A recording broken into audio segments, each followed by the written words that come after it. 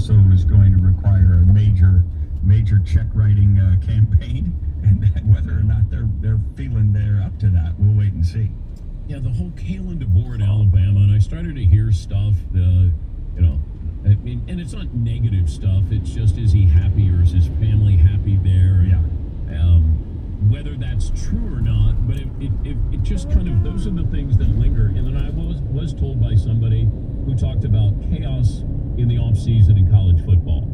And I don't know what exactly that means, but you're hinting at chaos in the offseason. And who benefits from that chaos other than the agents? I mean, they're in the transaction business. They want to sell houses, right? They want more buying and selling, more commissions, and it's a wonderful time of year for them. Rick Neuheisel, CBS Sports college football analyst, former college football head coach.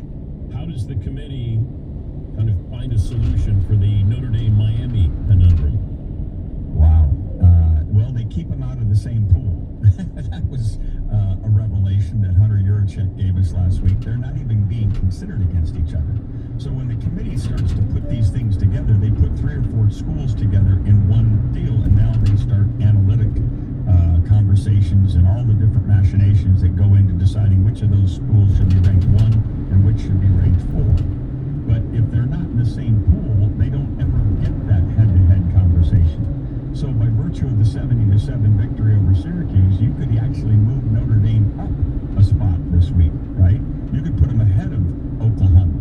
And if you do that, you might keep Miami from ever getting into the same pool in terms of conversation with Notre Dame, which would be a absolute head-scratcher for all of us who remember. I thought it mattered what happened on the field.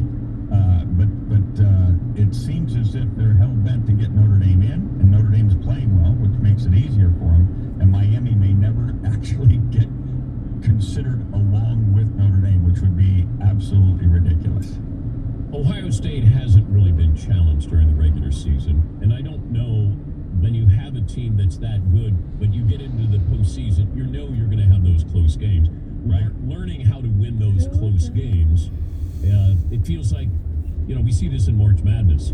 You can be the number 1 team, but you're going to have a close game, and that, can be the difference between you moving on or, being knocked out. What do you expect from Michigan against Ohio State? Oh, their best shot, obviously, and then they're going to hope like heck that Washington beats Oregon, right? Yeah. If that can happen, then we will have checked that box for Ohio State if they can win a close game against Michigan and kind of shake this Michigan flu that they've had for the last 4 years. This is a monster game for Ohio State. They've rested their receivers. Carnell Tate and Jeremiah Smith didn't play last week. A number of guys were on the DL, so to speak, and getting ready for this game. This is a monster game because Indiana's checked that box. We recall the comeback at Penn State. Texas A&M has checked that box, coming from behind 30-3 against South Carolina. We haven't seen Ohio State do that, and I do believe Ohio State's vulnerable in some areas. They just haven't been exposed. So, this is one of those deals where Ryan Day certainly wants to shake this, but he would like there to be some challenge to it. How patient will Colorado be with Deion Sanders? I think patient. I think they've got so much money invested in him that as long as he can convince him that he's all in and will work hard to put together the right stuff on the field, that we're not going to let him go. Obviously, when you're not making bowl games, you're not worth 8 figures, which is what they're paying him.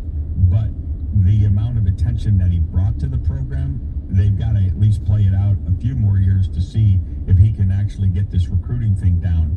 And Deion's got to decide if he's healthy enough to actually go on the road, because Deion in your home would be a big selling point, but he doesn't leave campus. He does it all on the phone. Whether or not that's good enough, we'll have to wait and see. Thank you, bud. Happy holidays, and we'll talk to you soon. Can't wait, buddy. Talk to you soon.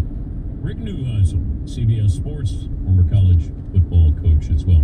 Yeah, the Lane Kiffin situation, it really depends on the day and the hour, it feels like. And all this cryptic, texting and, social media stuff. And then you're like, just concentrate on, coaching your team.